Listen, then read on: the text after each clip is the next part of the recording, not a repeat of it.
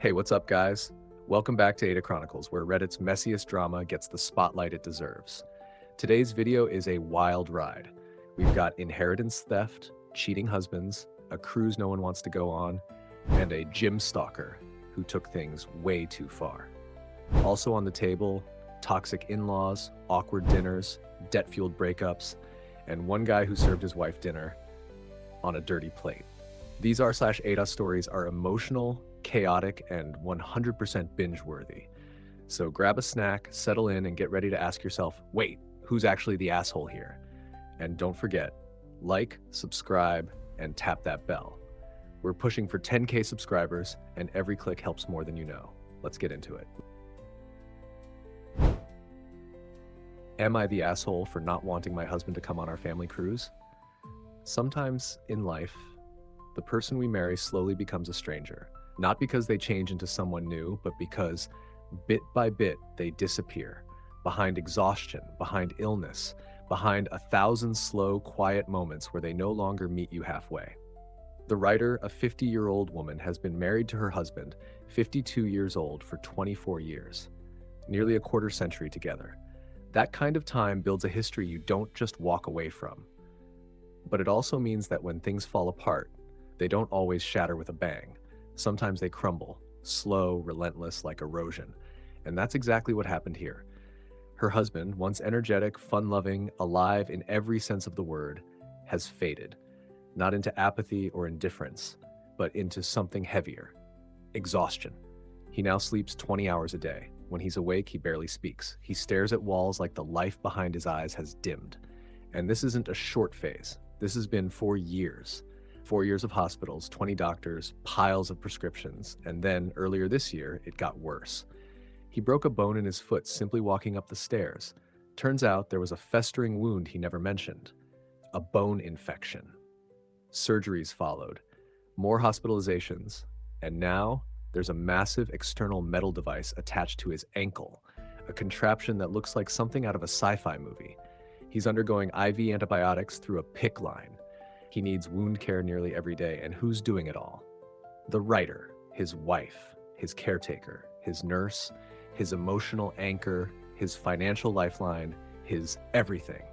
She's not just keeping her husband alive, she's keeping the entire family afloat, working extra hours to make ends meet, cooking every meal, cleaning the house, managing medical appointments, taking care of a 12-year-old and a 21-year-old daughter, fixing the garbage disposal when it breaks, patching the scooter when it goes flat, all while carrying the weight of watching the man she once laughed with waste away.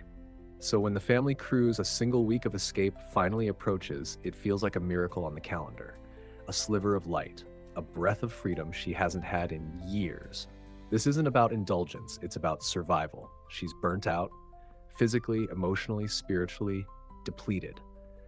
But then her husband says he's going, despite needing full-time wound care, despite being unable to swim, walk, or participate, despite doctor's orders to stay off his leg. He insists he's coming. He'll just sit in the casino.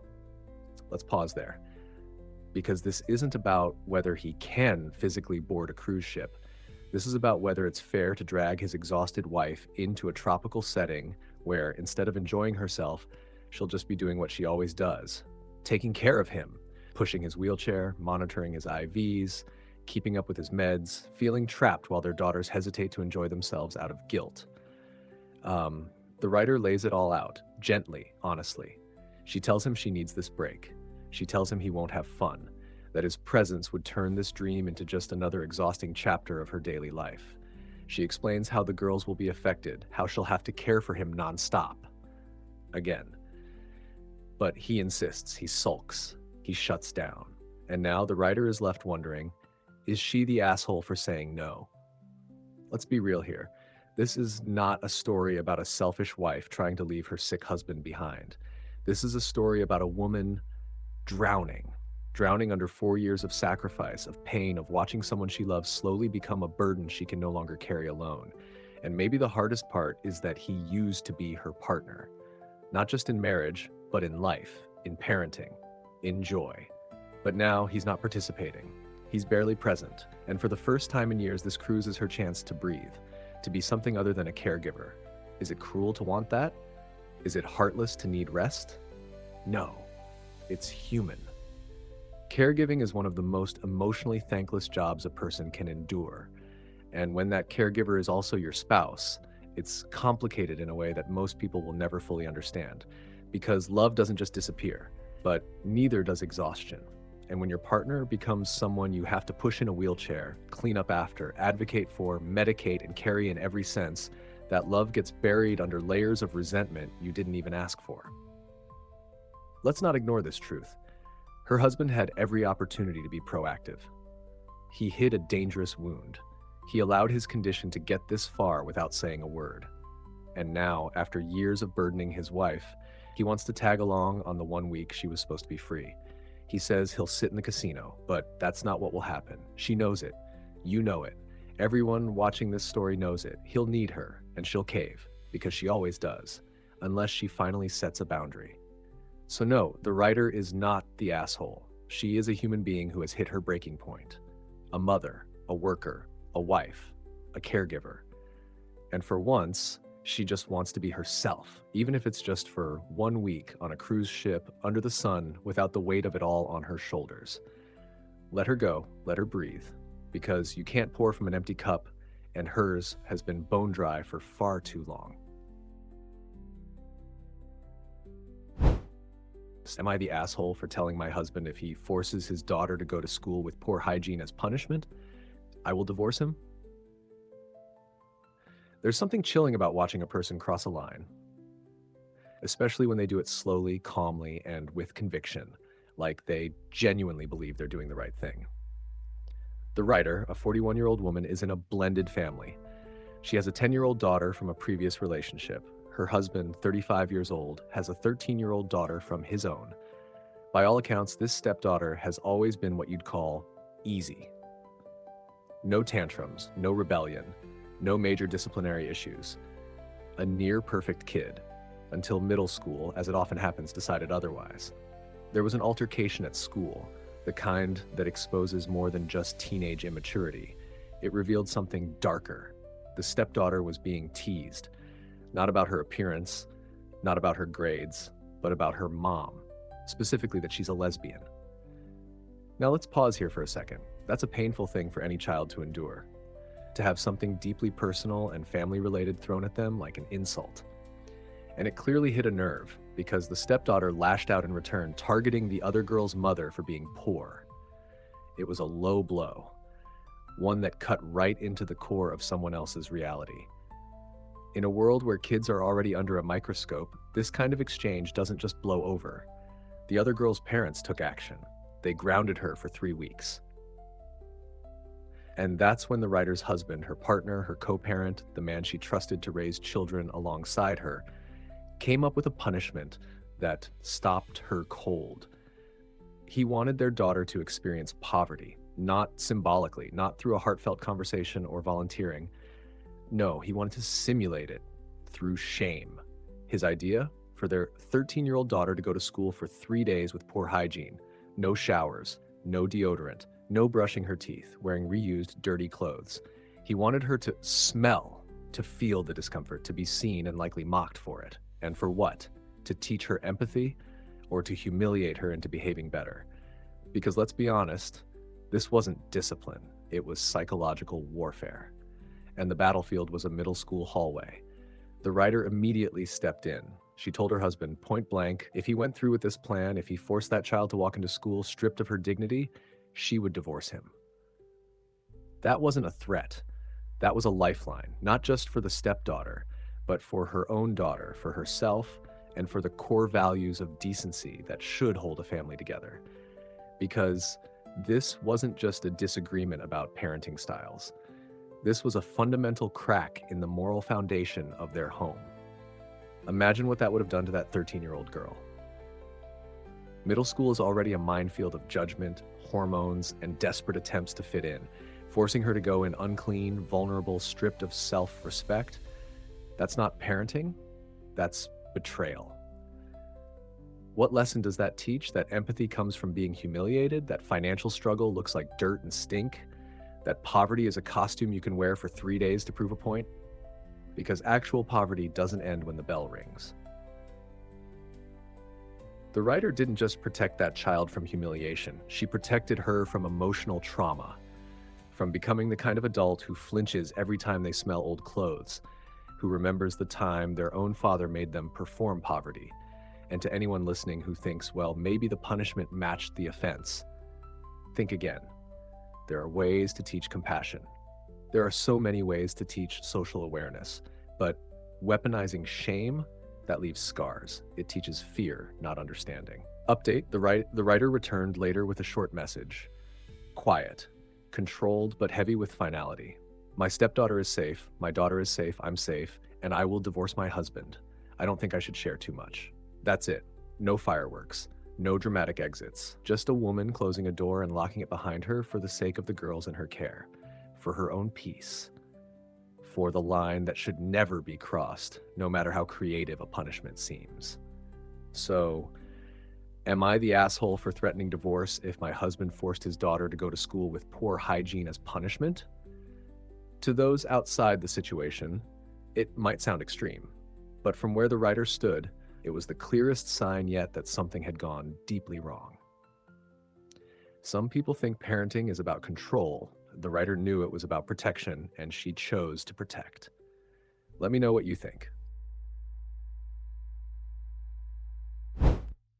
Am I the asshole for telling my husband I already knew he cheated on me? The story begins not with a screaming match or a confession in the dead of night, but with something far more ordinary. A phone, an Amazon order, and a message from a number the writer didn't recognize. One tap. That's all it took. One tap, and the truth unraveled like thread from a too-tight seam. There they were, months of texts, not just friendly banter or old friends catching up. No, this was blatant, flirty, intimate, and worse, photos, invitations to her apartment, a secret life unfolding on that screen, a life he had been living behind the writer's back. And here's the kicker. The writer wasn't just his partner. She wasn't just the woman who shared his bed, she was the mother of his 3 children, a 5-year-old, a 1-year-old, and a newborn, 2 months old. Fresh into the world, still relying on their mother for everything while their father entertains someone else. Let that sink in. The writer didn't scream. She didn't throw the phone. She didn't wake him up in a storm of rage. She stayed quiet, collected, because this wasn't just about heartbreak, it was about survival. She knew she couldn't stay married to a cheater. That much was clear. But when you have children, especially babies, and a legal contract like a prenup tied to everything you've built, decisions aren't made on emotions alone. There was a clause. If he was unfaithful, the prenup dissolved. She needed time. She needed a lawyer. She needed a plan. And then just days later, he confessed, as if he were offering her something generous, as if honesty could undo betrayal. But when she replied calmly that she already knew, he snapped. He accused her of keeping secrets, of destroying the family. The hypocrisy was staggering. He'd been lying for months, sneaking around, putting his family at risk, and now she was the villain for not telling him she found out? Let's pause here. There is something truly bone-deep insulting about being betrayed and then blamed for not reacting the right way. As if her silence, her measured response, her desire to protect her kids and secure her future, was more damaging than the affair itself. The writer is now caught in the whirlwind. Not just grief, not just anger, but guilt. She's wondering if maybe she should forgive him, because he apologized, because he told the truth. Eventually, because she doesn't want her children growing up in a broken home. But here's the hard truth, and it's one so many women struggle to face. The home was already broken. Not by her, not by silence, but by him. She didn't lie. She didn't step out. She didn't create chaos. She picked up the pieces in silence. She bore the weight of 3 children, a newborn on her hip, while her husband played house with someone else in secret. Forgiveness isn't owed because someone eventually told the truth. Coming clean doesn't erase the damage, it just acknowledges it exists. And let's be honest, did he come clean because he had a change of heart or because he sensed she knew? Because he was trying to get ahead of it. That apology doesn't feel brave. It feels strategic. The writer isn't questioning if he deserves a second chance. She's questioning whether her children deserve to grow up in a house where love is second-guessed, where trust is conditional, where their mother teaches them that betrayal is forgivable if it's confessed nicely enough. And now she's asking, am I the asshole for not telling him I knew sooner? Would I be the asshole for divorcing him even after he came clean? No, not even close. The writer is a woman trying to hold her world together for the sake of her children. She stayed calm when most would have broken. She thought of the legal implications, the custody battle, the money. She thought like a mother, not a scorned wife. That's strength. And now she's being gaslit into thinking she did something wrong. That's not love, that's control. The truth is, sometimes the most whole version of a family is the one where the kids are safe, the mother is sane, and trust isn't a ghost hovering in every room.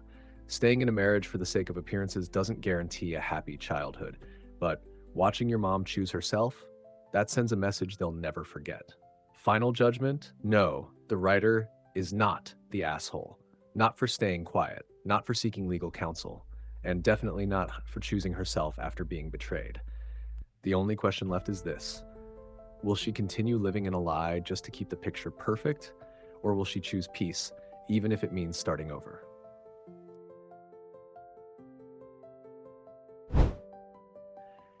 Am I the asshole for not taking my father's minor children into consideration when I sued him for the inheritance he stole from me? When the writer was just 10 years old, she lost her mother. Let that sink in. 10. That's an age where most kids are worried about sleepovers and math homework, not funerals and grief. But despite the heartbreak, her mother had left behind something important: a safety net. A gift of love in the form of more than $100,000 meant to support her daughter when she grew up. But instead of protecting that legacy, her father, her own father, decided he knew better. Now imagine this. You're 15. You're still trying to understand algebra, let alone betrayal. And your father sits you down and tells you he spent your inheritance to start a business with his new wife. Just like that. No warning. No consent, just a self-righteous explanation about how it was better for the family. The writer didn't take it quietly. She pushed back. She fought. But what power does a 15-year-old really have against two adults who've already made up their minds? Her protests were brushed off like childish tantrums. It's better for everyone, they said.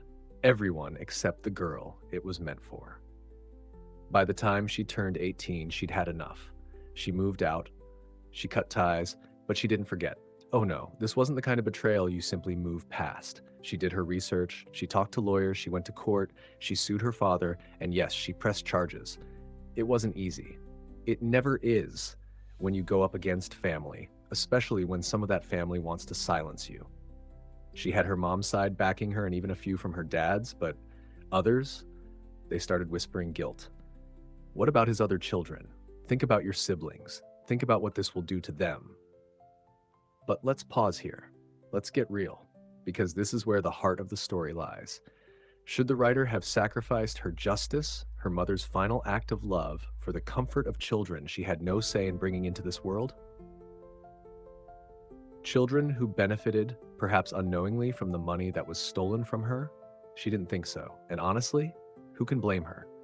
The legal battle dragged on. Her father, this man who was once supposed to be her protector, kept stalling, claiming he was broke, that the money was gone, that he couldn't pay. Eventually, the court stepped in. The business was sold, his wages were garnished, their savings drained. He lost everything he built on her stolen inheritance. And when it was all over, when the money was finally returned, any thread of reconciliation between them was already burned to ash. The writer was done. And not just with her father, but with anyone who expected her to play martyr for the sake of family harmony. But of course, not everyone saw it that way. Some members of her paternal side turned on her, accusing her of cruelty. They questioned her lack of guilt, her lack of compassion for the children, her half-siblings. They asked how she could sleep at night knowing she disrupted their lives.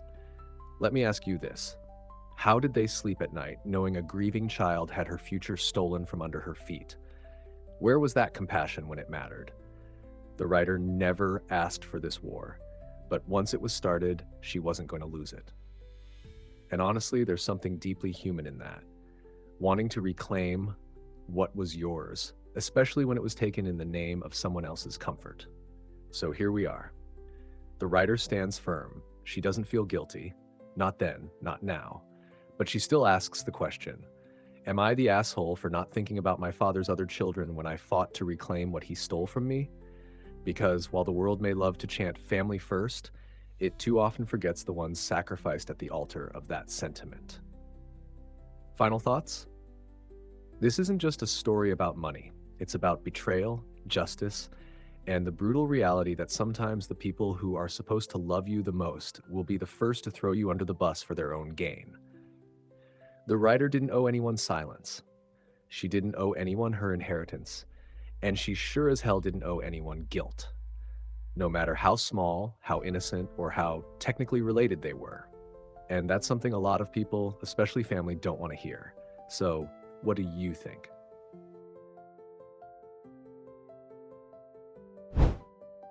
Am I the asshole for dumping my girlfriend because she has an enormous pile of debt? Let's take a breath and step into the shoes of the writer, a man who's earned his peace. At 49, he's not just older, he's wiser, the kind of wise that's born from hustle, setbacks, and building something brick by brick. He's the man who chose discipline over indulgence, planning over chaos, and in the space he carved out for himself, he's comfortable. Not wealthy in some flashy Instagram way, but free. Free of debt, free of pressure, free of fear when the bills come in. That freedom, it's earned. Now into his life walks a woman, a vibrant one, full of energy, ambition, a working mom of 5, 2 still at home, pulling in 6 figures.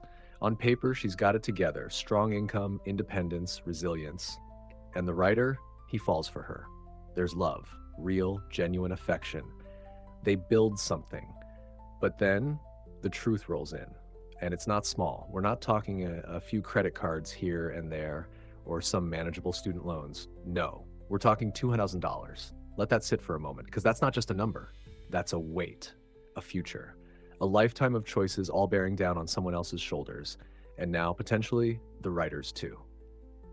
She's got $50,000 in credit card debt. She's overdrawn. She's carrying medical bills, a $700 car payment. And here's the twist that hits like a sharp left hook. She's still out there getting her lashes, nails, and hair done every week. Not judging, just observing. Because the math, it's not adding up. And the writer, he's sitting with all of it. He's not 19. This isn't a fling. This is the part of life where you choose peace, where you stop asking, can I love this person? And start asking, can I build a life with them without it burning mine down in the process? He's worked hard, grinded his way to a business, to financial independence. He's slept soundly knowing he doesn't owe anyone a dime. And now he's staring down the barrel of someone else's chaos. A chaos that wasn't built overnight and sure as hell won't be cleaned up overnight. And yes, he loves her. That's the cruelest part. This isn't some cold, calculating move. It's a heart split in two between what it feels and what it knows.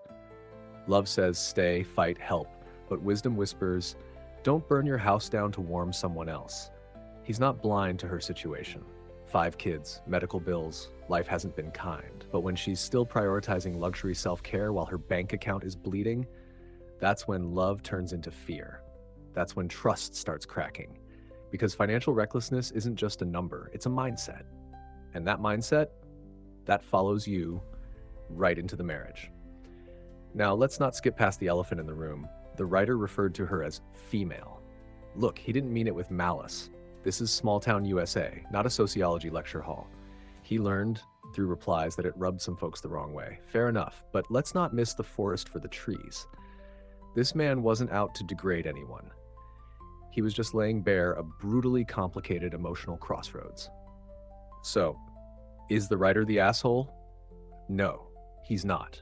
He's not heartless, he's not greedy. He's just a man with clear boundaries. A man who knows that love isn't enough when there's a tidal wave of debt crashing toward your carefully built life. He didn't shame her. He didn't demand she change. He just recognized that marrying into a financial hurricane isn't the kind of storm he's willing to weather, especially not after spending decades pulling himself out of one. Is it sad? Absolutely. It's gut-wrenching to walk away from someone you love because the math doesn't love you back. but it's also honest. It's real. And that kind of emotional math, it doesn't lie. So no, the writer is not the villain in this story. He's just someone choosing peace over potential ruin. And sometimes the bravest thing you can do is walk away before the fire even starts.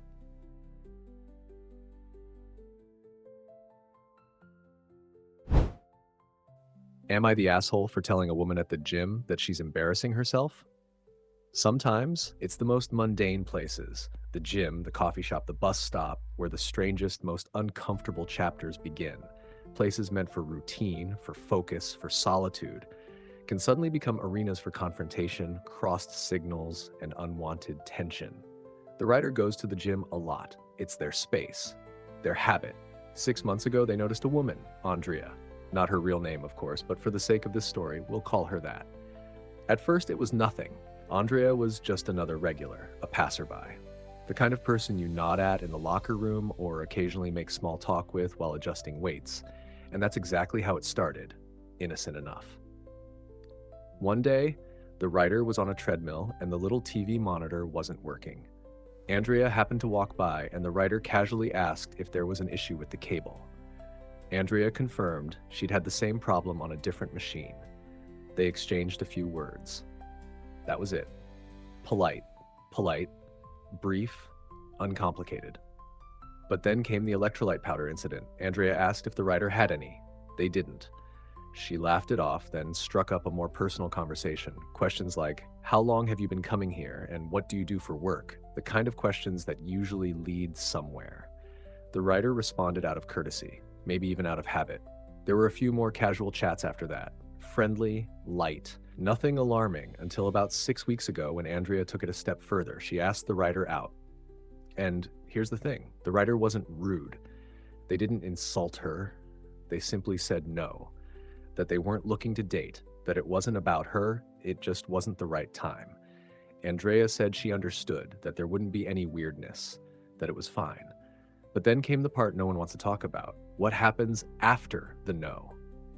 Because Andrea didn't take that no and move on. She didn't keep it neutral. Instead, she kept talking to the writer.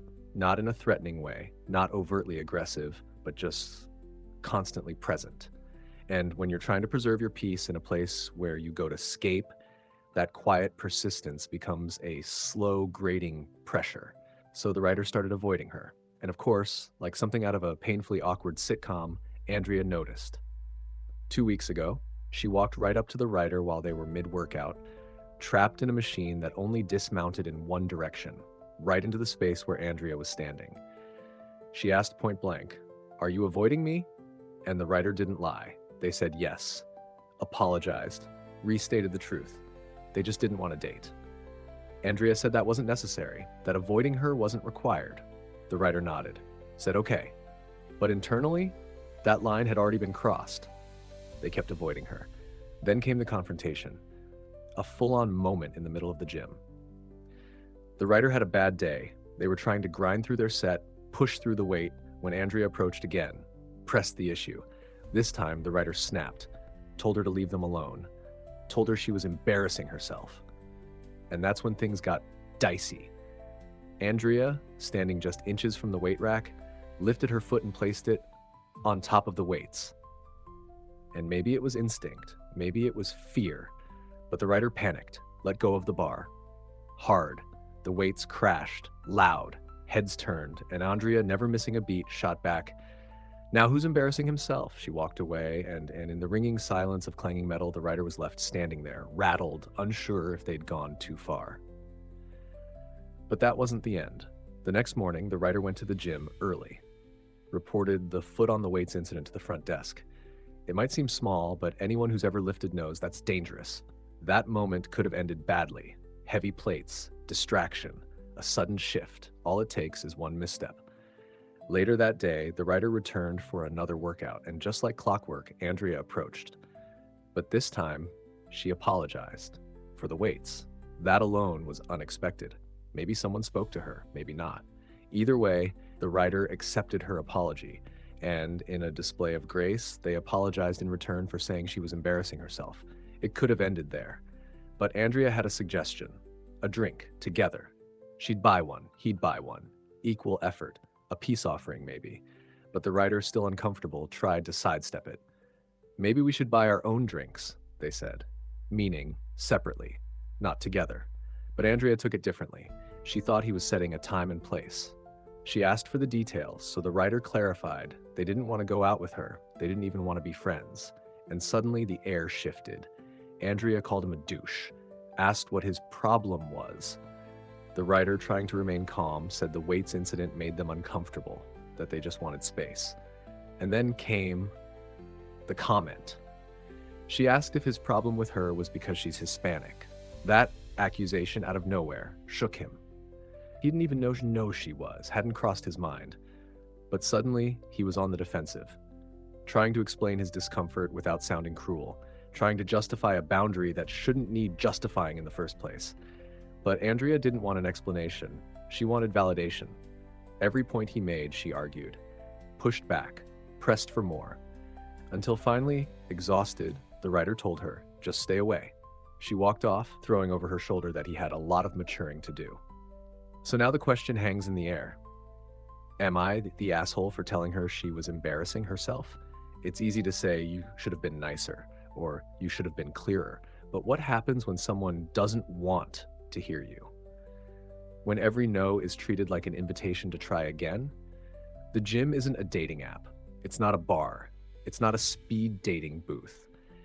It's where people go to focus, decompress, and breathe. And no means no, even when it's said gently, even when it's repeated. The writer tried to be kind, then they tried to be distant, then they tried to be honest. In the end, they had to be blunt. Maybe the words were sharp, maybe the tone was tired, but that doesn't make them the villain. Sometimes drawing a line isn't cruel, it's survival. Let me know what you think. Was the writer out of line, or just pushed too far?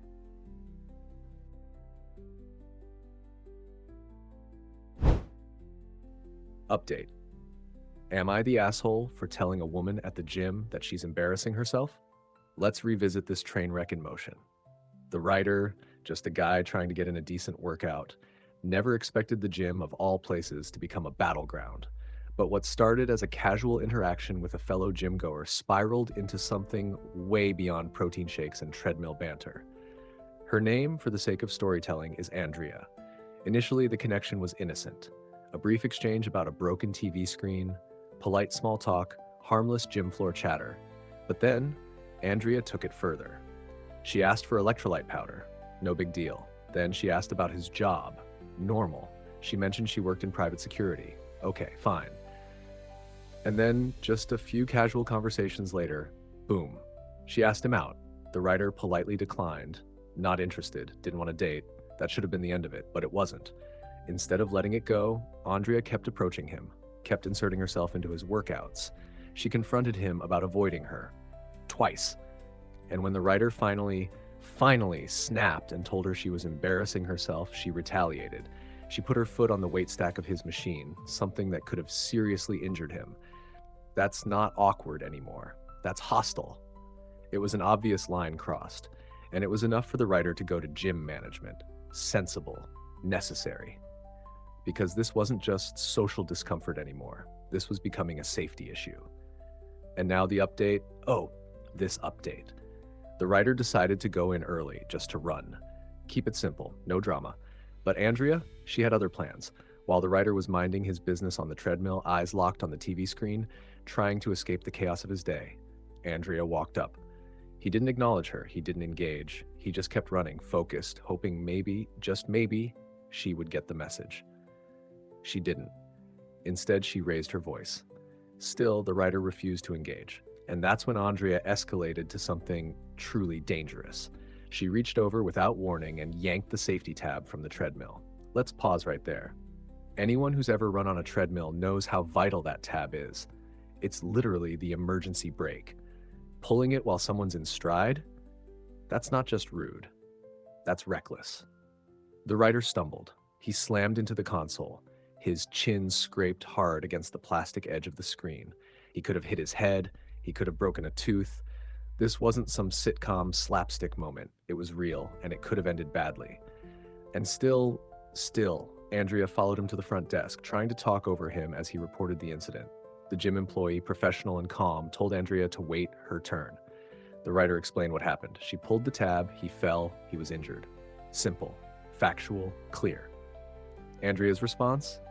She claimed she thought he was in a fugue state, her words, and that she thought he was having a medical emergency. Let that sink in. She didn't ask him if he was okay, didn't wave down staff. She just reached out and yanked a safety tab like she was disarming a bomb. And when the front desk staff asked for her membership card, Andrea hesitated. She argued. She refused, until she was told that if she didn't hand it over, she'd be banned. So she did. And the staffer? She suspended Andrea for a month, but Andrea couldn't leave it alone. She escalated again, this time verbally, hurling slurs at the staffer, racial ones, loud enough for others to hear, loud enough to drop jaws. That was it. No more warnings, no more suspensions. Andrea was banned, permanently. The membership card? Cut up right in front of the writer.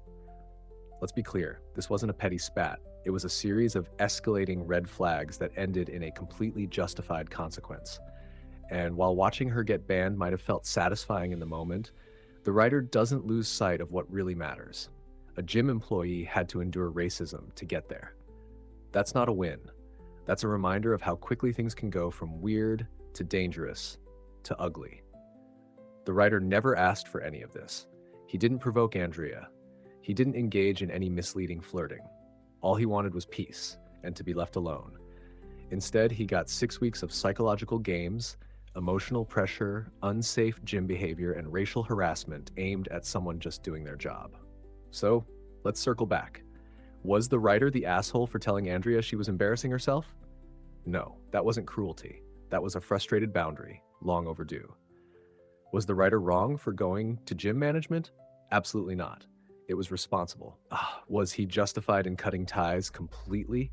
100%. This wasn't about dating. This wasn't about gym etiquette. This was about safety, boundaries, and the right to be left the hell alone. Final judgment? No, the writer is not the asshole. Not in the original story, not in the update, not even close. In fact, if anything, he waited too long to stand his ground. Let this be a reminder. Respecting boundaries isn't optional. And if someone shows you who they are when you say no, believe them the first time, because sometimes leave me alone is the most mature thing you can say.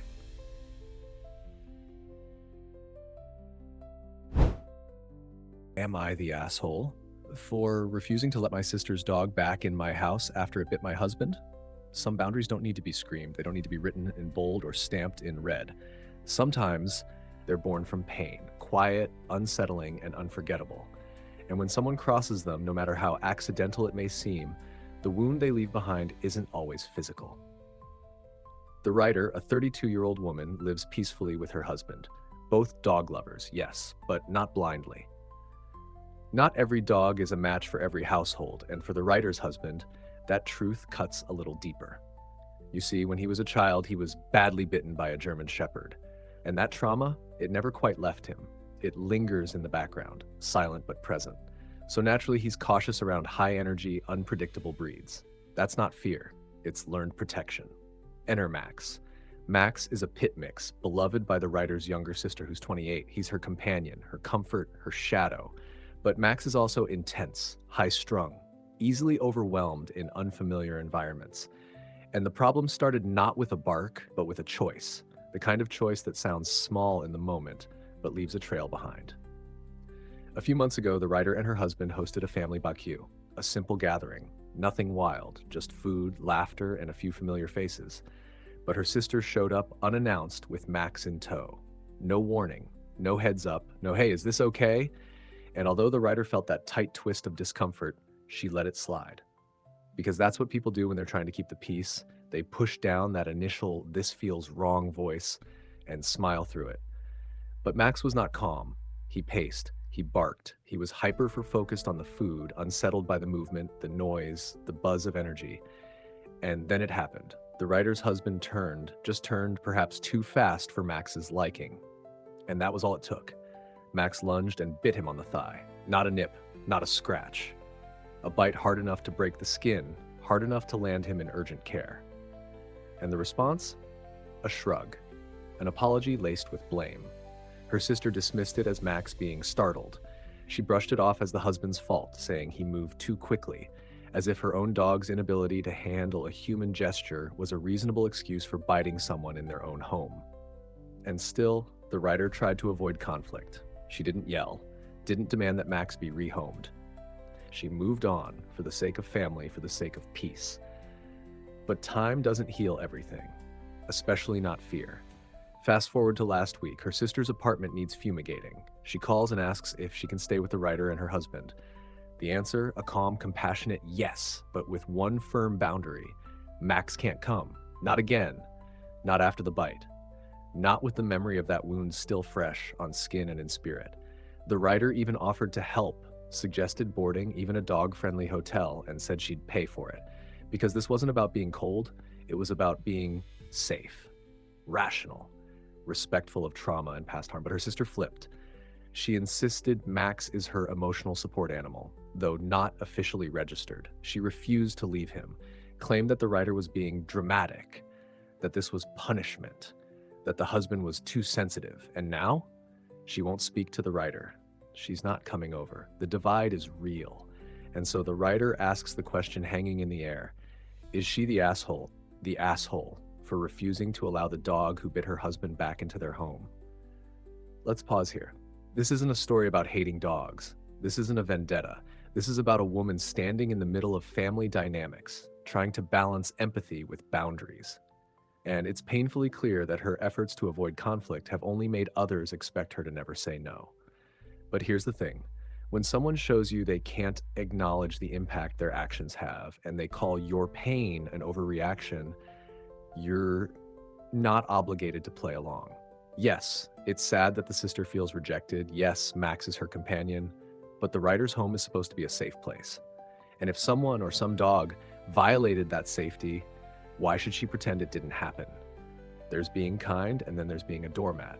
The line between the two can blur fast. But the moment a dog bite becomes an inconvenience rather than a serious concern, that's when you know who truly respects you. Final verdict, not the asshole. This wasn't punishment. This wasn't petty. This was reasonable.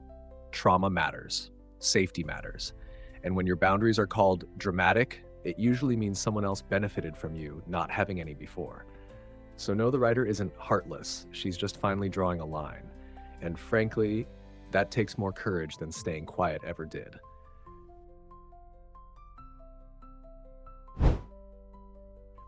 Am the asshole for not paying for something I ordered and walking out. Let's rewind to yesterday, a night that was supposed to be a celebration, a 21st birthday dinner, a milestone, a night of toasts and laughter and maybe some bad singing. The writer, a 23-year-old woman, was there with 4 other friends, all women in their early 20s. The youngest of the group, Lily, had just hit that magic legal drinking age, and to celebrate, she picked a fancy restaurant where she could sip her first legal cocktail in style. Sounds harmless, right? Just a group of girls out to eat, sharing stories, clinking glasses. But as the writer quickly discovered, this was not just any dinner. This was the kind of night where subtle pressure turns into a full-blown interrogation, where no somehow isn't enough, and saying it once, twice, even 5 times doesn't matter. You see, the writer doesn't drink, never has, never plans to, and she's been clear about that with her friends. But the moment they sat down, it began. Come on, have a drink. It's your first time here, live a little. Just one won't kill you. Lily says this one's good for beginners. She said no, repeatedly, firmly, calmly. But when 5 voices surround you in a dimly lit restaurant or patiently waiting nearby and all eyes locked on you, no starts to feel like a confession, like you're doing something wrong. And that's exactly what happened. The writer wasn't heard. She was worn down. So finally, to stop the begging, she gave in.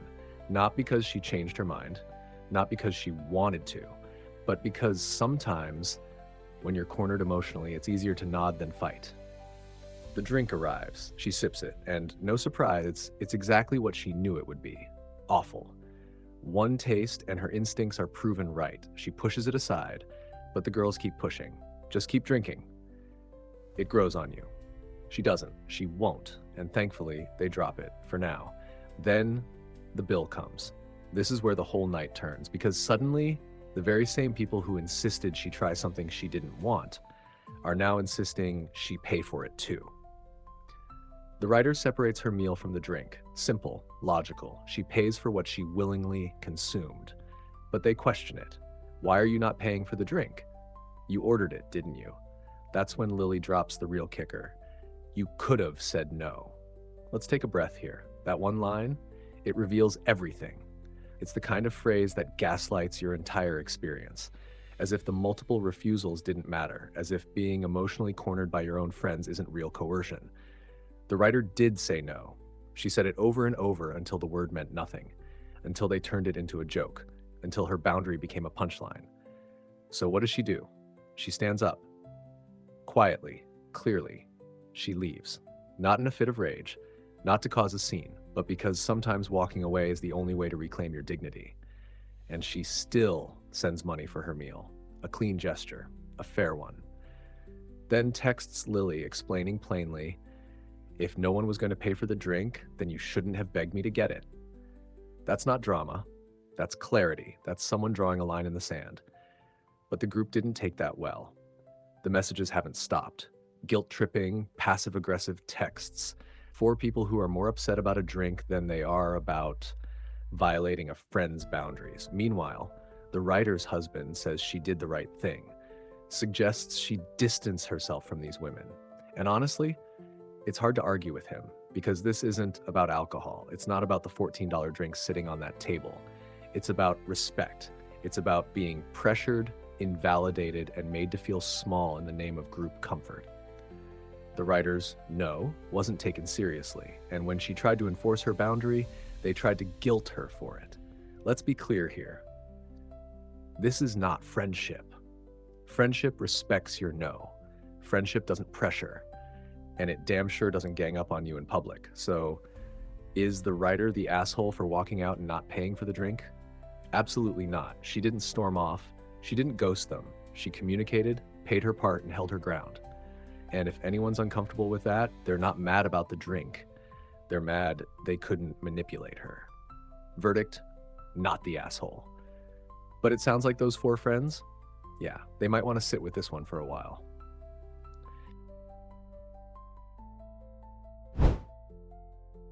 Am I the asshole for putting a do not disturb sign on our nursery door? When you're a new parent, sleep becomes sacred, quiet becomes priceless. And boundaries? Boundaries become non-negotiable, or at least they should be. But in this story, they're being shattered over and over again by someone who believes she's above them.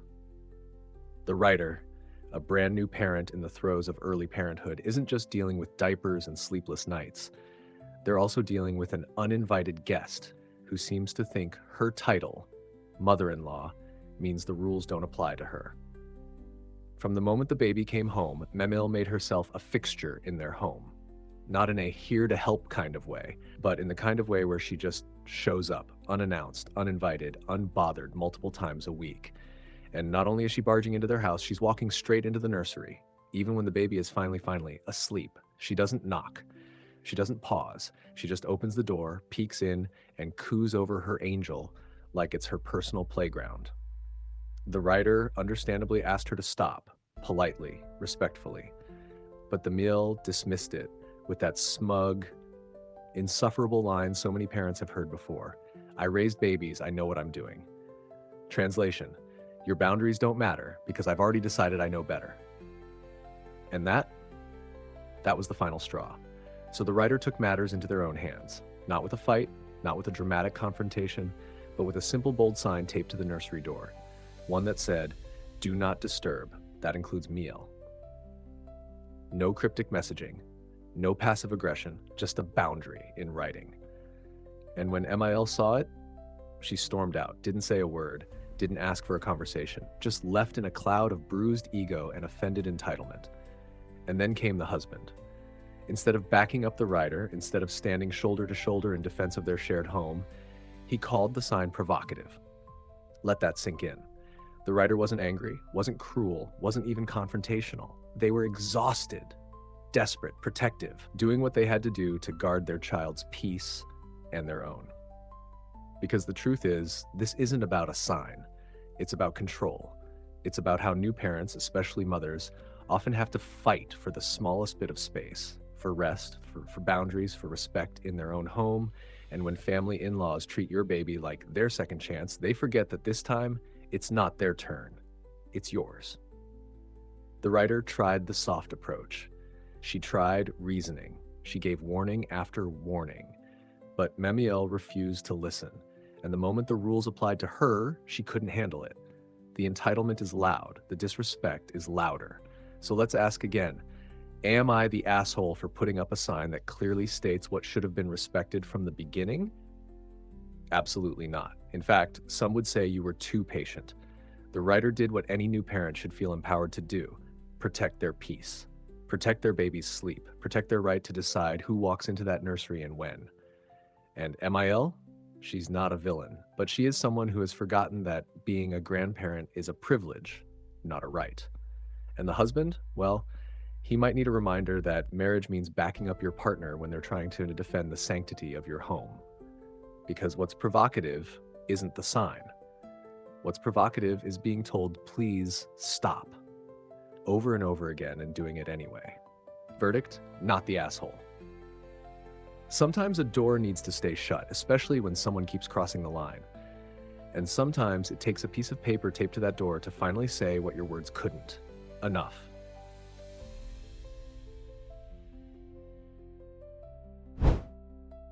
Am I the asshole for asking for a separate check? There's something about dining with other people that brings a certain kind of unspoken pressure. Like when the check comes, suddenly everyone becomes a mathematician, or worse, a diplomat, trying not to cause waves. But sometimes it's not about being difficult. It's about drawing the line where fairness ends and expectations become absurd. The writer frequently eats out with their boyfriend's family, not once or twice, but a lot.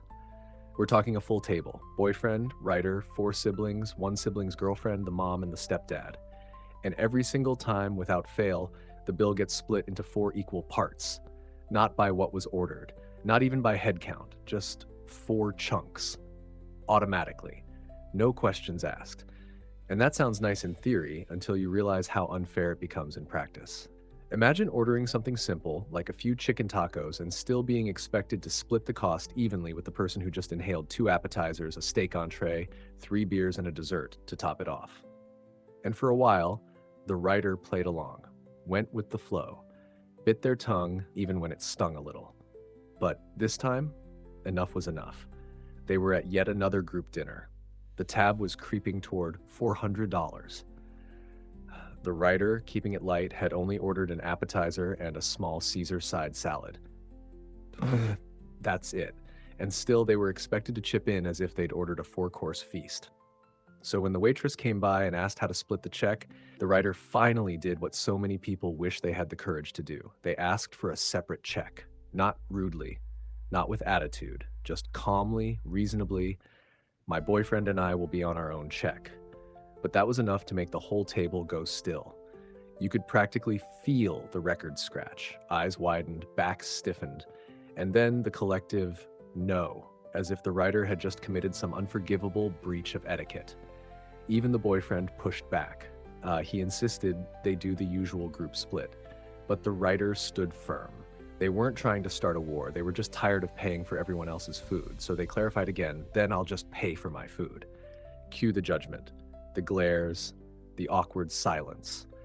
Because apparently, the idea of someone only paying for what they actually ordered was too radical for this family to process. And when the bill landed, it was the same old story, nearly $400, and they still expected everyone to divide it equally. But this time, the writer refused to play along. They handed over payment for their $25 meal, got up, and left. No dramatic exit, no shouting match, just done. They didn't stick around for the family's post-dinner plans. Why would they? The tension was thick enough to cut with a steak knife. The next day, the backlash rolled in. The boyfriend was furious. He said the writer had embarrassed him at the restaurant and ruined the evening by not participating in the group activities afterward. The rest of the family wasn't much better, still angry, still offended, as if the writer had personally attacked them rather than simply asserting boundaries. Now, the writer sits with that decision. wondering if they were in the wrong for refusing to bankroll a meal they didn't consume, wondering if drawing a clear boundary made them the bad guy. But let's be honest here. How is it okay to expect someone to pay a quarter of a massive group bill when they barely touched the menu? Where is the logic in that? It's not just about the money. It's about respect, and it's about noticing how people react when you finally stop shrinking yourself to fit their comfort zone. The writer didn't blow up at anyone. They didn't demand repayment or cause a scene. They simply said no. And sometimes that's enough to show you who really respects your presence and who just values your portion of the check. Final verdict, not the asshole. This was about more than money. It was about fairness, autonomy, and the right to say, I will no longer quietly accept this. And honestly, that takes guts. The writer might have walked out of that restaurant alone, but they walked out with their self-respect intact. And sometimes that's worth more than any overpriced entree.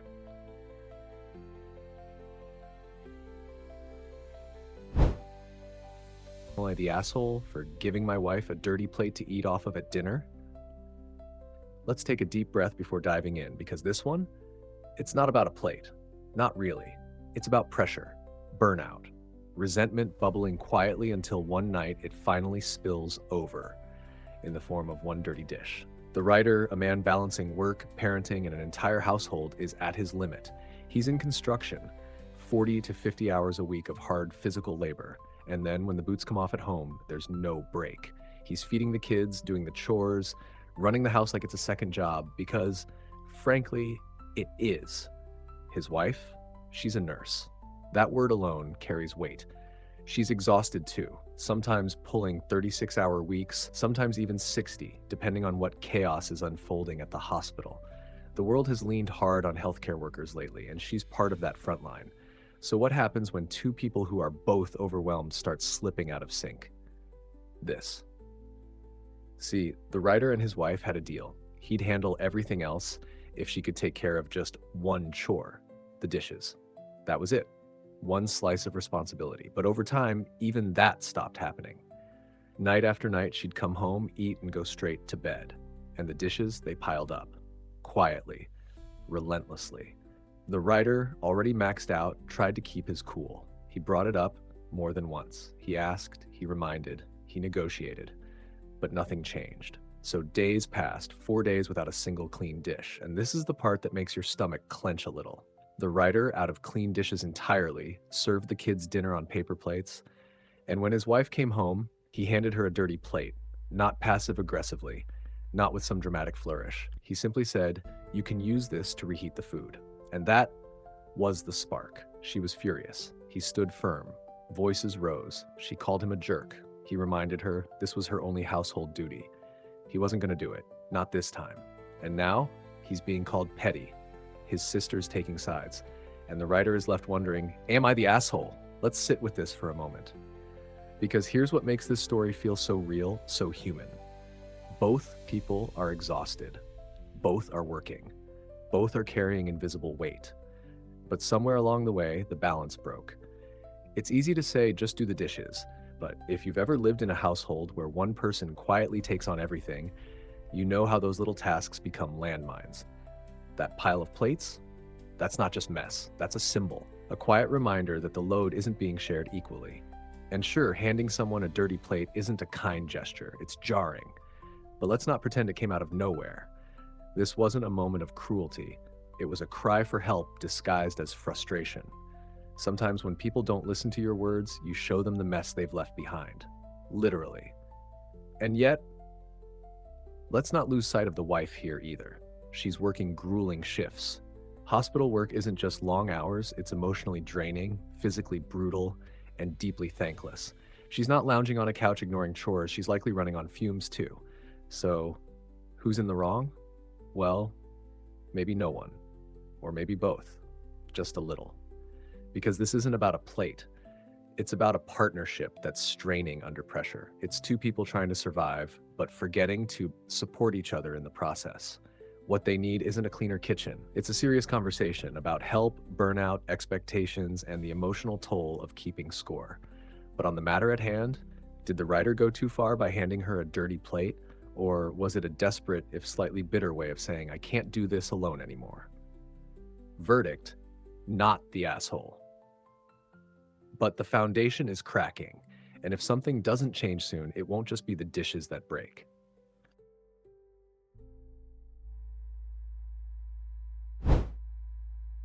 Am I the asshole for telling my mother-in-law she can't take her grandson for an entire day by herself?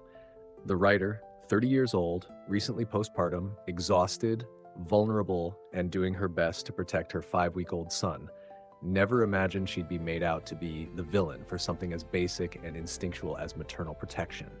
Yet here she is, second-guessing herself, not because of strangers or outsiders, but because of the very people who are supposed to be in her corner.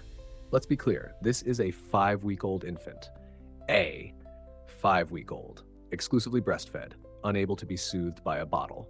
In a stage of life where his entire sense of safety and comfort is wrapped around the familiar rhythm of his mother's voice, the warmth of her body, the steady beat of her heart. And now her mother-in-law, someone the baby doesn't know, who's only met the writer in person once, is demanding to take the baby alone away from her for an entire day. Not a walk around the block, not a quiet bonding session on the couch while the writer grabs a shower. A full day. Out. Somewhere. With zero details provided, not even a HO address. That's not just presumptuous, that's a walking red flag. The writer's instincts are flaring like sirens, and let's not underestimate that. A mother's gut is primal. It's evolution, it's protection, it's survival. Yet her partner, the man who should be standing beside her in this vulnerable time, is accusing her of being selfish, telling her that he won't be with someone who keeps his baby from his mom. That's not just hurtful. That's betrayal cloaked in gaslighting. It's not selfish to want your 5-week-old near you. It's not controlling to say no to letting a newborn who cannot self-regulate, cannot communicate, and has never been apart from his mother be taken by someone unfamiliar, especially when feeding him isn't even possible without her. Let's emphasize this again. The baby will not take a bottle.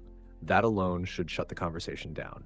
But no, instead, the writer is being cornered, guilted, emotionally manipulated, told she doesn't know what's best for her child, even though this is baby number 3. Her mother-in-law, with zero prior grandparenting experience, is essentially telling a veteran mom, I know better. That's not love. That's ego.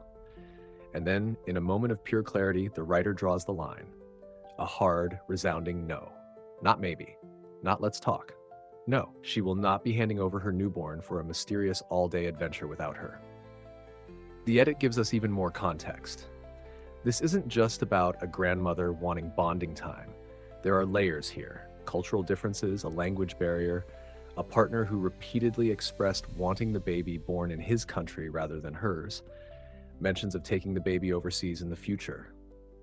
All of it adds up to something that feels less like familial bonding and more like potential separation. And the writer feels it in her bones. She's not sleeping, she's spiraling, being told she's controlling, manipulative, dramatic, and selfish so many times in just 1 week that she's questioning her grip on reality. But here's the thing, she's not crazy. She's not overreacting. She's doing what good mothers do. Protecting their child with every ounce of intuition and fire they have. This isn't overbearing. This is being a lioness with her cub. It's saying, you don't get to override my judgment just because you want something. It's drawing boundaries when others think they're entitled to your child. And let's be real here. Why does this mother-in-law want to be alone with the baby so badly? Why is it so important that the writer be excluded? That she have no clue where they're going or for how long? No addresses, no plan, just hand over your 5-week-old and go about your day like that's normal. It's not normal. It's not okay. So is the writer the asshole for telling her mother-in-law no? Absolutely not. She is a mother doing what mothers have done for generations, fighting like hell to protect her baby even when the people she's fighting are inside the house. Let her rest. Let her recover. Let her mother. And most of all, let her trust her instincts. Because those instincts, they might be the only things standing between her and a life-altering regret. Regret. Final verdict? Not the asshole, not even close. Just a protective mom with a backbone, and damn, does she need it right now.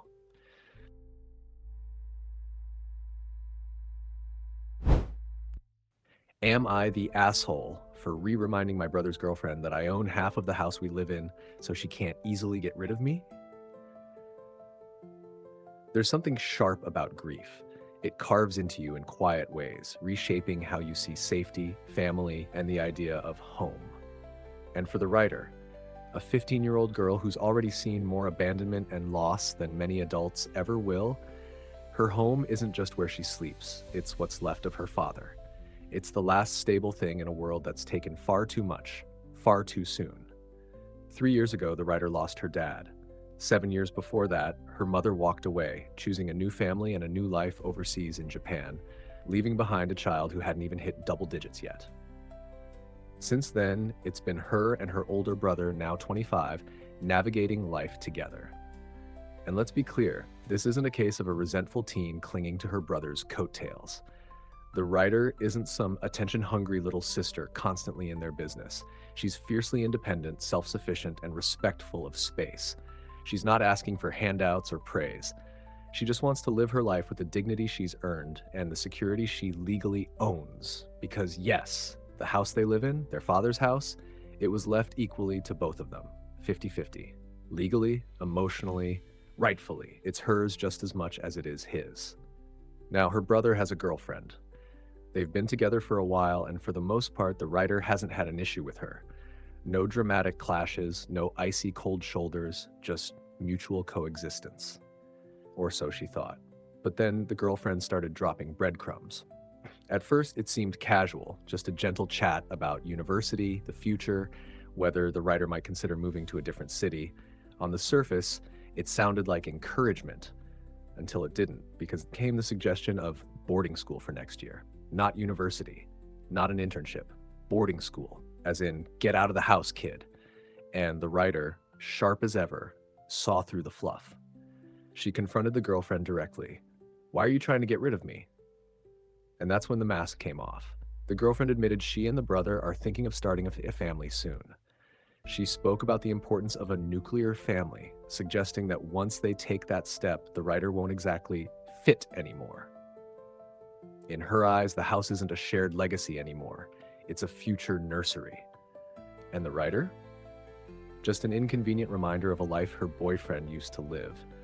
It's almost insulting how casual she was about it, like the writer was just temporary furniture that had outlived its use. But this isn't some kind of Cinderella situation where the girl gets quietly shoved aside while a new queen takes the throne. The writer didn't let it slide. She stood her ground. She reminded the girlfriend point blank that she owns half this house. Not hypothetically, not sentimentally, legally. And the girlfriend, suddenly not so bold. She tried to walk it back, claimed it wasn't personal, said the brother had done enough for the writer already, and maybe it was time the writer did something for him in return, as if being a literal orphan teenager still grieving a father isn't enough of a burden to carry. Let's be real, this wasn't a friendly conversation. This was a calculated attempt to manipulate a teenage girl into surrendering her home, into removing herself from the one place that's kept her grounded in a life full of loss.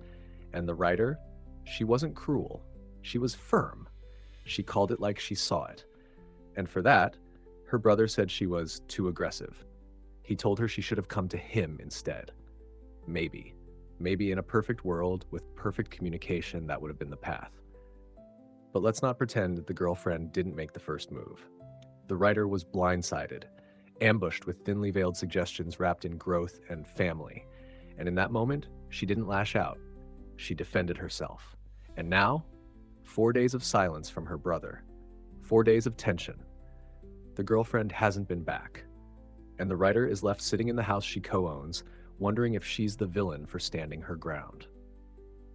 Let's be clear here. Not the asshole. What the writer did wasn't disrespectful. It was self-preservation.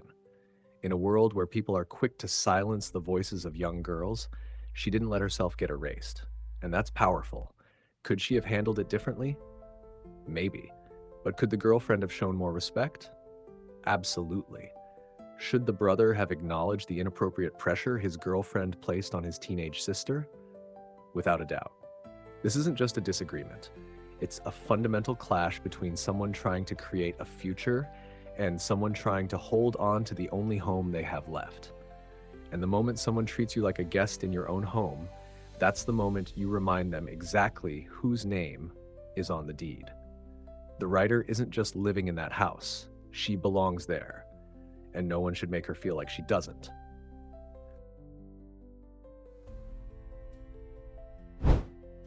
Am I the asshole for disagreeing with my wife after she told our daughter that pimple patches are gross and she's not allowed to wear them? The moment the writer stepped into that room, he didn't expect to find his teenage daughter in tears. But there she was, 15 years old, flushed with embarrassment, trying to shrink into her bed, hiding under the covers like the walls themselves were watching her. What caused it? Not bullying at school, not a mean comment from some kid in the hallway. No, it was coming from inside her own home, from her own mother. Let's talk about what was really going on here. A teenage girl, a face full of hormones, pimple patches, those small medical-grade adhesives designed to reduce inflammation and help her heal. Harmless, practical, popular. And in the eyes of a struggling adolescent, they can feel like armor, tiny shields against a world that already judges girls too harshly for their appearance. But instead of support, she was hit with disgust. Her mother told her those patches were gross, that nobody wants to see a girl walking around with pus-filled dots on her face, that she looked ridiculous and was not allowed to wear them anymore. Imagine hearing that from your own mother. No wonder the girl cried. No wonder she pulled the covers over her head like it's the only safe place left. Now, let's be clear. The writer didn't raise his voice. He didn't storm out. He didn't escalate. He gently pulled his wife into their bedroom, away from the tears, away from the tension, and he told her calmly that she was being too harsh. But rather than seeing it as a moment to reflect, the writer's wife doubled down. She said he was undermining her, that if he wanted to raise their daughter to be gross, then fine, he could go ahead and do it. That wasn't discipline. That wasn't parenting. That was shame, plain and simple. The writer is left wondering, am I the asshole for defending my daughter, for trying to be a safe space when she needed one most? Let's sit with that. 15 is an age where self-esteem is like glass, strong in appearance, but incredibly easy to crack. Teens are trying to figure out who they are while the world tells them who they should be. They're being watched, judged, filtered, and compared relentlessly. Social media isn't just something they consume, it's where they live. And pimple patches? They're a coping mechanism, a harmless one, a way to manage breakouts discreetly and even stylishly. But instead of being supported in her self-care, this young girl was shamed, not for her actions, but for her appearance. Her mother framed the entire situation as if her daughter was doing something disgusting. That's the kind of language that lingers, that festers, that turns into lifelong insecurities. And all the writer did was step in and say, this isn't the way. That's not undermining. That's protecting. Here's what's truly ironic. The very thing the daughter was using to help her feel more confident was being treated like a problem. Her solution was labeled gross by someone who should have been her biggest supporter. Now ask yourself, what lesson does a girl learn from that? That she can't trust her own choices? That trying to care for her skin is shameful? That even at home, her face is up for judgment? And yet he's the one wondering if he's wrong? No, the writer is not the asshole. He's the only one in that room who remembered what it's like to be young and vulnerable. The only one who saw past the patches and saw the person underneath. The scared girl, overwhelmed, just trying to exist without being ridiculed. Parenting isn't about dominance, it's about guidance. And sometimes it means being the buffer between a harsh world and a child still learning to stand tall, even when that harshness comes from inside the home. Final verdict? Not the asshole. Not for a second. The writer wasn't undermining his wife. He was upholding the one job every parent has, to love their child loudly, even when someone else's voice gets too sharp.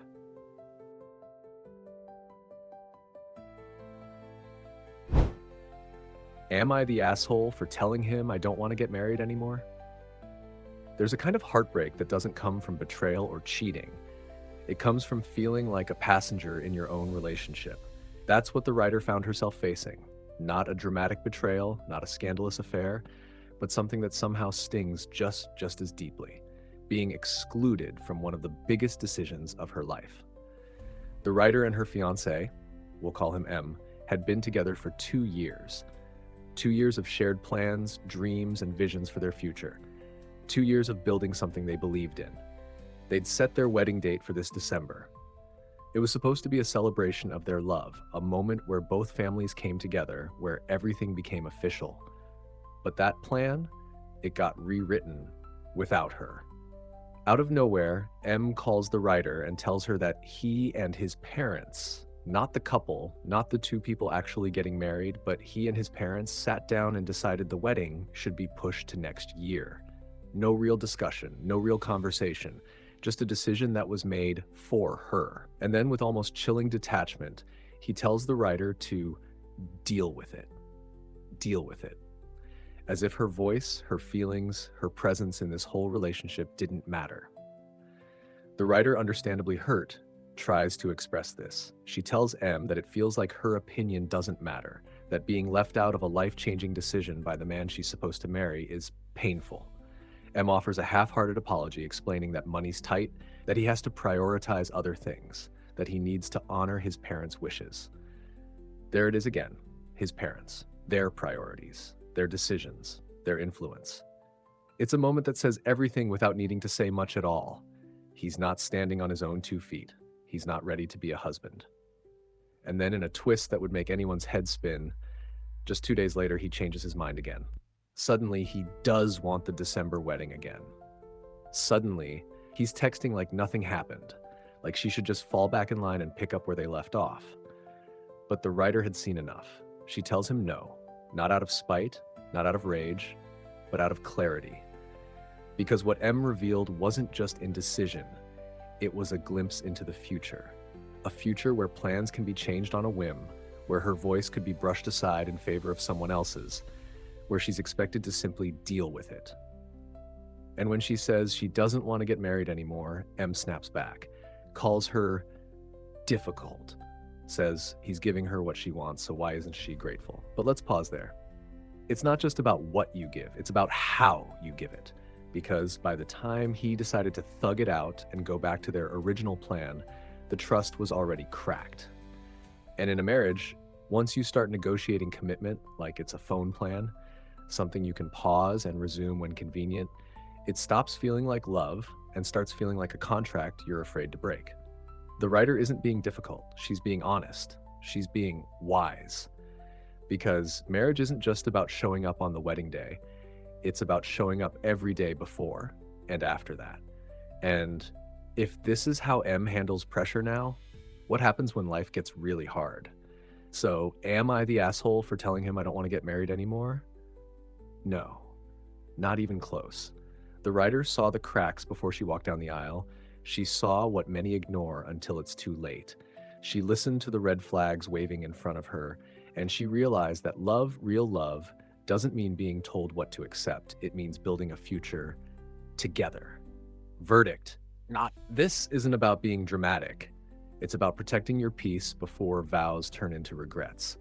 And sometimes the bravest thing you can do is walk away before you're stuck in a life someone else chose for you.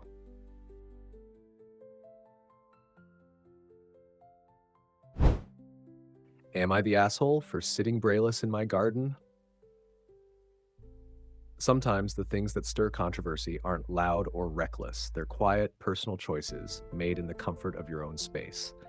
And yet, somehow, even that can be enough to spark judgment. The writer lives in a housing complex. Nothing fancy, just a small, private garden space tucked inside the layout, surrounded by modest shrubbery and neighbors who are never quite far enough away. The bushes give a sense of privacy, but let's be real, they don't guarantee it. You can still catch glimpses of neighbors from the other patios or from the shared courtyard space. And one day, after a long day, or maybe just a need to breathe and unwind, the writer decides to sit outside in her own little slice of peace, wearing nothing more than a shirt. No bra, just her body, and the right to be at ease in her own space. But apparently, that was enough to offend someone. A neighbor, let's call him Mr. Offended, decided to make it his business. He approaches the writer and complains about her lack of a bra in her own garden. He doesn't ask politely, he doesn't address it as a neighbor seeking mutual respect. No, he makes her feel like she's done something shameful, something wrong. The writer, caught off guard and honestly just stunned by the confrontation, apologizes, out of shock, out of fear, out of that gut instinct so many of us have when we're suddenly accused of making others uncomfortable for simply existing in our own bodies. But later, once the adrenaline wears off and the confusion fades, a deeper question sets in. Wait, why did I apologize? Why did I let him make me feel like I had to shrink myself down, even in my own home? Because here's the thing. The writer didn't walk into a public library braless and topless. She wasn't parading through a school or throwing a protest in the shared garden. She was literally just sitting, outside, in her own space, in a t-shirt, with no bra, something millions of people do every single day, especially in the comfort of their own home. So now the writer is torn. Yes, she plans to keep sitting outside just like she did before. She's reclaiming that space, that comfort. But a part of her is still haunted by the interaction. Not just because of the neighbor's complaint, but because of the potential fallout. What if he posts about her in the complex's Facebook group? What if the others pile on? What if she becomes the brainless, brayless woman people whisper about? But then again, should she care? Should she be tiptoeing around the comfort of grown adults who apparently can't handle seeing a woman's natural silhouette beneath a t-shirt? Is that really her burden to carry? The writer isn't trying to stir up a neighborhood feud. She's not aiming for a feminist revolution via garden chair. But part of her wonders, should I say something next time? Should I stand up for myself? Or would that make me the villain in this delicate suburban peace treaty? Because right now, she feels caught in that awful limbo where you know you didn't do anything wrong, but society has trained you to question yourself anyway. And so she asks, am I the asshole for sitting braless in my own garden? For daring to be comfortable in a world that constantly polices women's bodies, even in their own homes? Let's break this down for a second. The human body is not an invitation. It's not inherently offensive. A woman being comfortable in her skin, under a shirt, in her garden, does not equate to scandal. If the sight of a natural body beneath clothing is that distracting to someone, maybe they're the ones who need to rethink their boundaries, not the person simply existing. The writer isn't staging a war. But if standing up for your right to breathe comfortably in your own backyard without being scolded like a teenager counts as provocation, then maybe it's time the complex revisits its definition of community standards. Final verdict, not the asshole. You have every right to be comfortable in your own home. Your neighbor's discomfort is not your responsibility, especially when what you're doing isn't rude, inappropriate, or harmful. You're not starting a debate, you're setting a boundary. And there's a big difference. Let them whisper. Let them Facebook post. You'll be in your garden, soaking up the sun, and finally not apologizing for it.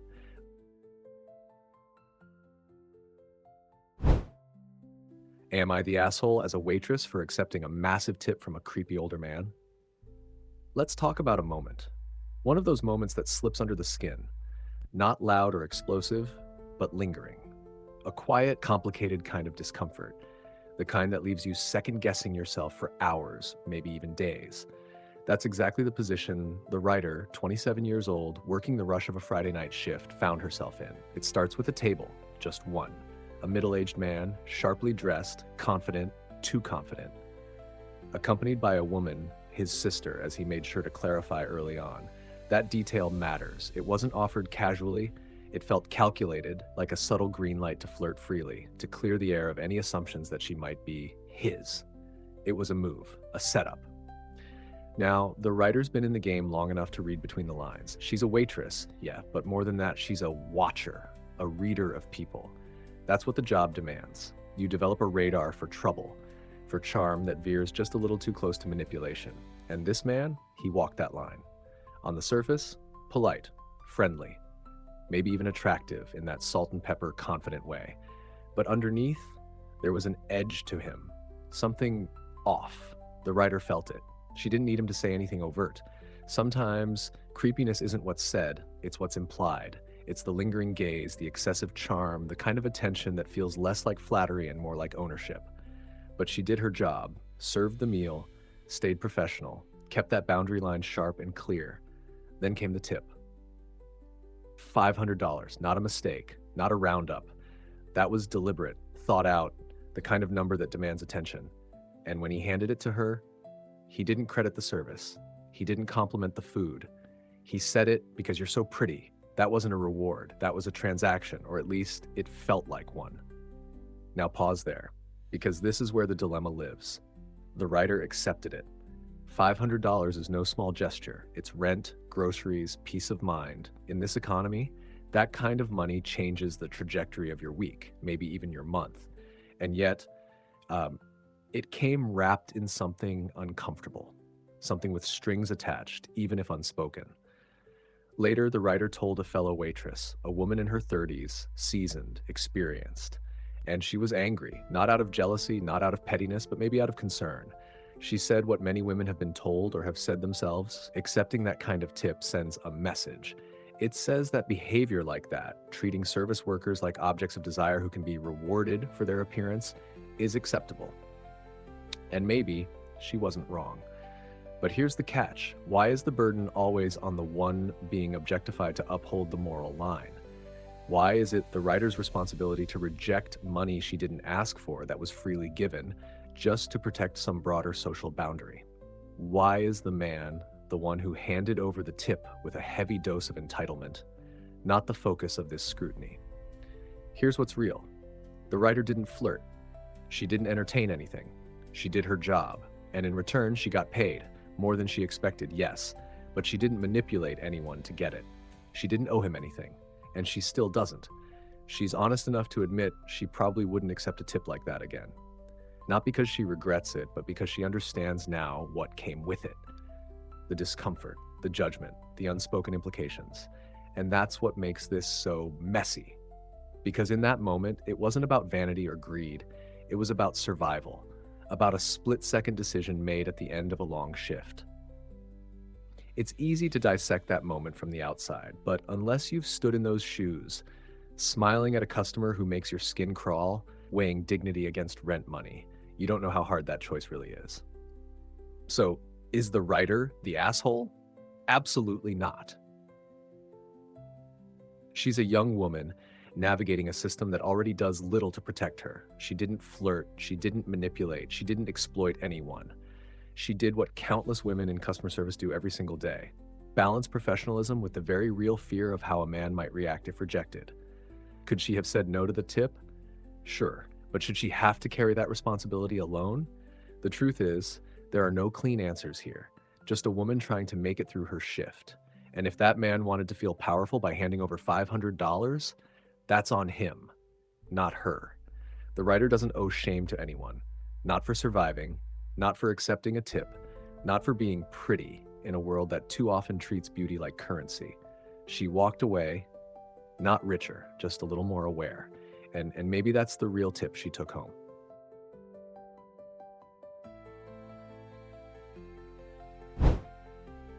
Am I the asshole for telling my girlfriend I'm not responsible for her periods? There are moments in a relationship where everything feels soft, full of potential. Two people just beginning, figuring out if their lives can intertwine. That sweet early stage, full of laughter, inside jokes, and the thrill of something new. But then there are other moments, raw, awkward, human, when that honeymoon veil slips just a little. And this story, it's about one of those moments. The writer, a 23-year-old man, is just 2 months into dating his girlfriend. She's 24. They're not kids, but they're still young, still shaping what kind of partners they'll be. And as the relationship starts settling into something more lived in, more real, the writer notices something he can't just laugh off or brush aside. It's not about money. It's not about jealousy or mistrust. It's about hygiene. Specifically, what's being left behind during his girlfriend's period. According to the writer, she leaves used pads in the bathroom trash without even closing the lid. Blood drops are visible on the toilet seat, and she doesn't wipe them. It's not just a one-time accident. He says this is the second time it's happened, and it doesn't sit well with him. It makes him feel uncomfortable, sick even. So he says something. He brings it up, not in a fight, not during a heated argument, but in what he describes as a calm talk. And here's where it gets tricky. He says to her, quote, "I'm not responsible for your periods. Please clean up after yourself."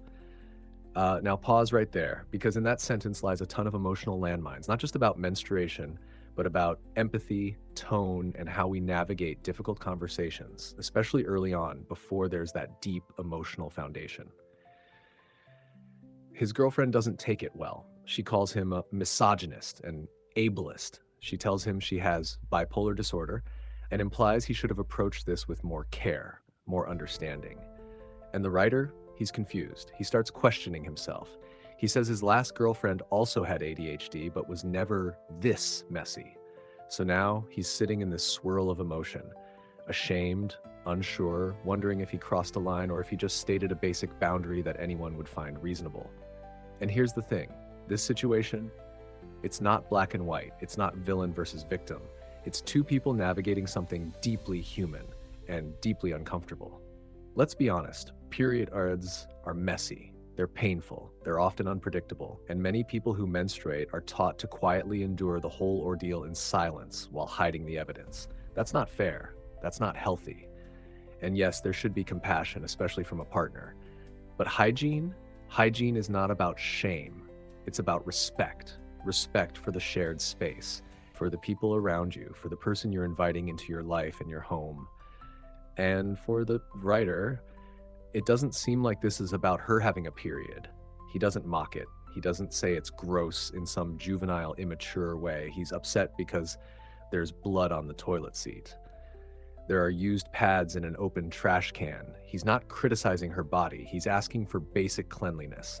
But here's where the emotional complexity really starts to stir. The girlfriend says he's ableist because she has bipolar disorder. That's serious. Bipolar can absolutely affect executive function, emotional regulation, energy levels, and motivation. And if she's in a depressive cycle, even basic tasks can feel overwhelming. So is she using that as a shield, or is this a very real struggle she's battling? And then, is the writer equipped to understand that? Should he be? He's only 2 months into the relationship. That's barely enough time to memorize someone's coffee order, let alone prepare for a lifetime of navigating mental health dynamics. So, we arrive at the question, is the writer the asshole for saying he's not responsible for her periods? No, but his wording could have been more careful. Saying I'm not responsible for your periods comes off like a rejection of her body, of something she literally cannot control. He could have focused on the actions, not the condition. Hey, can we make sure the bathroom's clean after use? Or could you close the lid on the trash and wipe the seat? That shifts the focus from her body to their shared environment. But does that make him a misogynist? Not at all. Does that make him ableist? It depends on how willing he is to educate himself and adapt moving forward. What this really is a growing pain, a harsh one.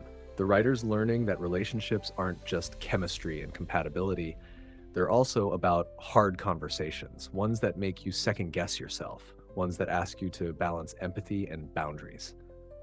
So no, the writer isn't the villain in this story, but he's at a crossroads now. And it's not just about period hygiene, it's about what kind of communicator he wants to be, what kind of partner he can grow into. Because sometimes it's not about what you say, it's about how you say it, and whether you're ready to keep growing after it's been said.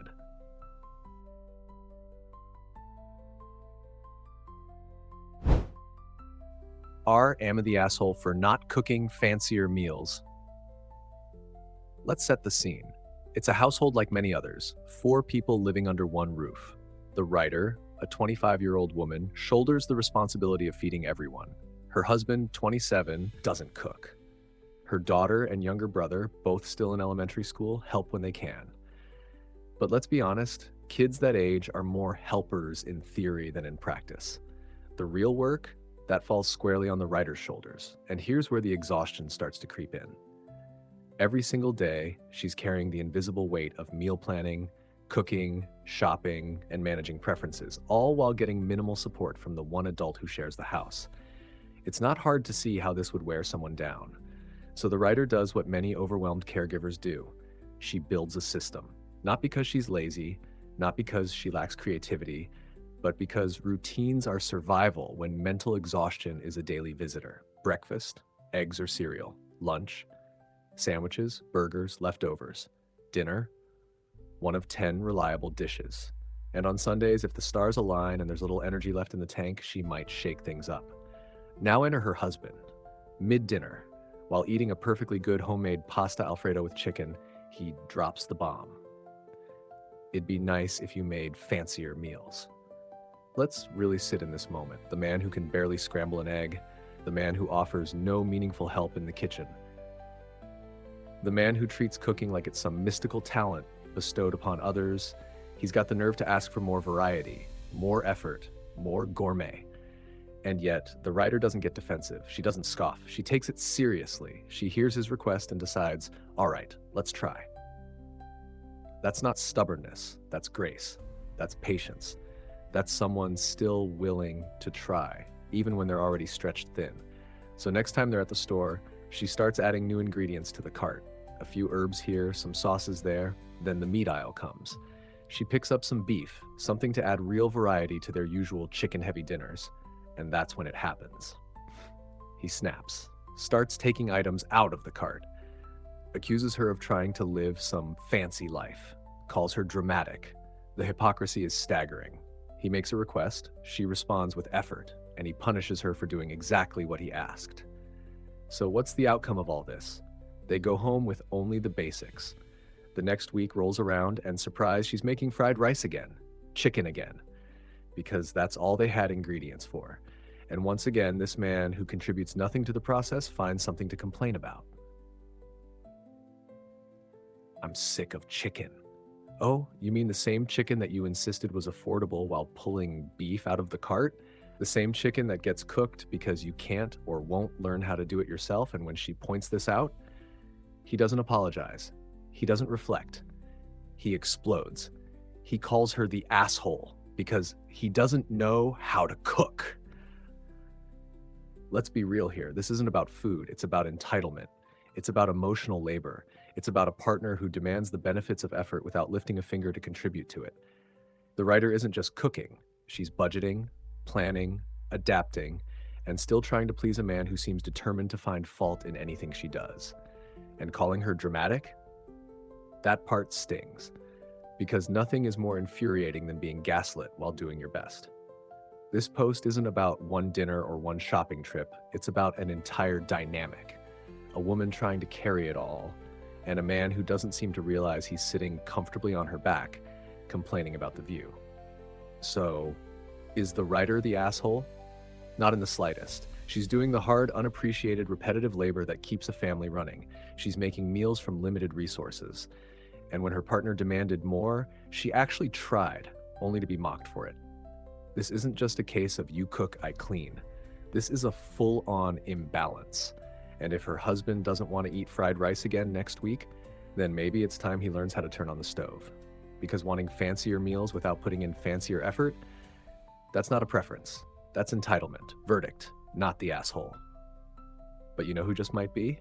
Yeah, we all do.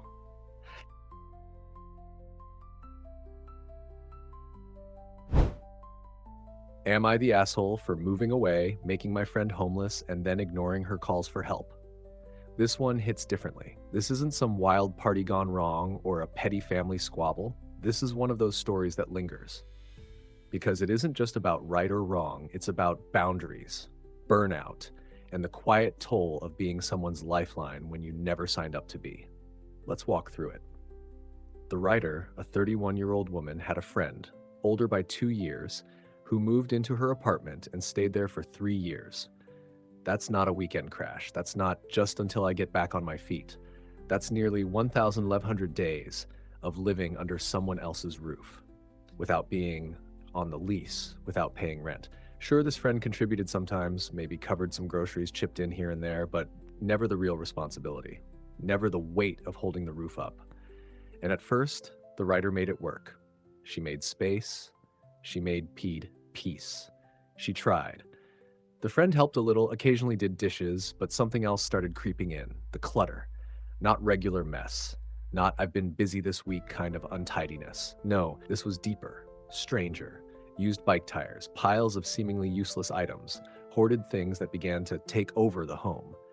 The dining room, a space meant for shared meals, laughter, light, became a graveyard of abandoned objects. And when the writer tried to clean it up, she was met not with gratitude, but outrage. Because to this friend, these objects meant something. They were all she had. And she hurled accusations that the writer, who she claimed grew up privileged, could never understand what it meant to lose. That accusation alone is heavy. It's weaponizing struggle to silence someone's boundaries, and it's unfair. The writer tried to be patient, but over time, something started to build. Resentment. That slow, creeping realization that the relationship had become lopsided, that the giving never came back, that she was living with someone but for someone else. And then she made a decision. She moved. She gave notice, 2 months' notice, but the friend didn't believe her. Or maybe she did, but assumed she was part of the deal. That no matter what, the writer would never leave her behind. But the writer did. And the fallout? Her friend, now homeless, calls every day, says she feels unwell, that she's sitting in front of a 7-Eleven with nowhere to go, that she doesn't know what to do. And the writer, she stopped answering the phone, because deep down, she's done, exhausted, burnt out, maybe even heartbroken. And now she's asking, am I the asshole? And let's pause here, because this story isn't black and white. It's painted in all the complicated grays of human connection. Let's talk about why this stings. This isn't just about a living arrangement. This is about being emotionally leaned on to the point of collapse, about quietly carrying someone until your back gives out. The writer's friend had support, past housing help, a caseworker, a high school diploma, and even a professional license once upon a time. And while her background is painful, foster care, aging out, being left to figure out adulthood alone, it's not an excuse to build a life entirely on someone else's shoulders and never step off. Yes, trauma explains a lot, but it doesn't justify making others responsible for your survival forever, especially not when they've already given more than they had to. This friend, she didn't just live with the writer, she relied on her to be a parent, a provider, and an emotional crutch. And now that the writer has stepped away, the calls won't stop, the guilt won't stop, and that aching question won't go away. Why do I feel like such a bad person for finally choosing myself? Because here's the truth no one likes to say out loud. Walking away from someone drowning doesn't make you heartless, especially when they've been pulling you under with them. At some point, helping becomes enabling. And when the line blurs, it's easy to feel like the villain just for choosing peace. But what more could the writer have done? She gave her time, her home, her emotional labor. She tried again and again, and now she's being punished for setting a boundary, for daring to say, I can't carry this anymore. So, is the writer the asshole for walking away and not picking up the phone? No, not at all. She isn't cold, she isn't cruel, she's human. And humans have limits. Her friend needs help, absolutely. But the kind of help that professionals offer, not the kind that erodes another person's mental health just to sustain it. Verdict, not the asshole. But this one leaves a mark, because letting go, even when it's the right thing, still hurts.